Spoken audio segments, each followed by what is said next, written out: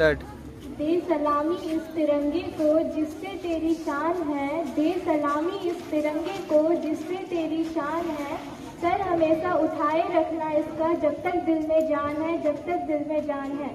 सुप्रभात आदरणीय प्रधानाचार्य, शिक्षकगण एवं मेरे प्यारे साथियों, आप सभी को स्वतंत्रता दिवस की हार्दिक शुभकामनाएं।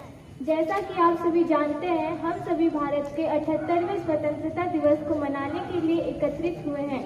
जिस दिन 1947 में पूरे उपमहाद्वीप में एक नया अध्याय शुरू हुआ, हमें अंग्रेजों से आज़ादी मिली। जैसा कि आप सभी जानते हैं, इसके पीछे बहुत इतिहास है। हमारे महान नेताओं की अनगिनत संघर्ष, अनमोल बलिदान और प्रयास है। उन्हीं के बदौलत आज भारत दुनिया का एक शक्तिशाली, मजबूत और आज़ाद देश है। आज़ादी में कभी दान नहीं हो सकता, यह एक मुफ्त उपहार नहीं हो सकता।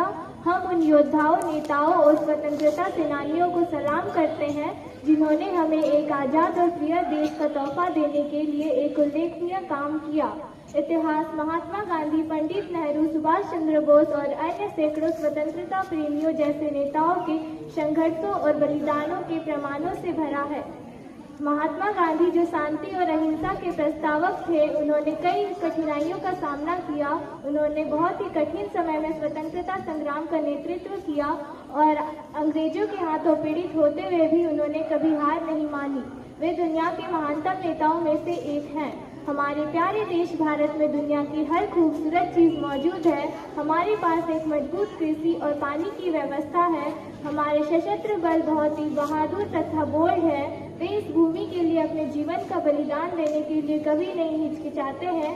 हमारी अर्थव्यवस्था बहुत मजबूत है।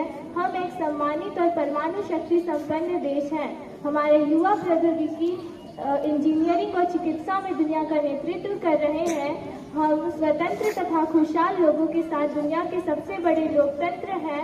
वास्तव में हमारे पास स्तरीय भूमि में दुनिया की हर चीज़ है। आज का यह दिन हमें हमारे वादे याद दिलाने के लिए आता है। यह वास्तव में हमें अंग्रेजों से आज़ादी मिली है, लेकिन अभी भी कुछ किया जाना बाकी है। हमें वर्तमान में सभी सामाजिक और आर्थिक मुद्दों के खिलाफ लड़ना होगा। हमें गरीबी, अशिक्षा, युवा बेरोजगारी और अति पिछड़ों के खिलाफ खड़ा होना होगा। हमें अज्ञानता के खिलाफ लड़ना होगा और देश के हर कोने में ज्ञान का प्रसार करना होगा।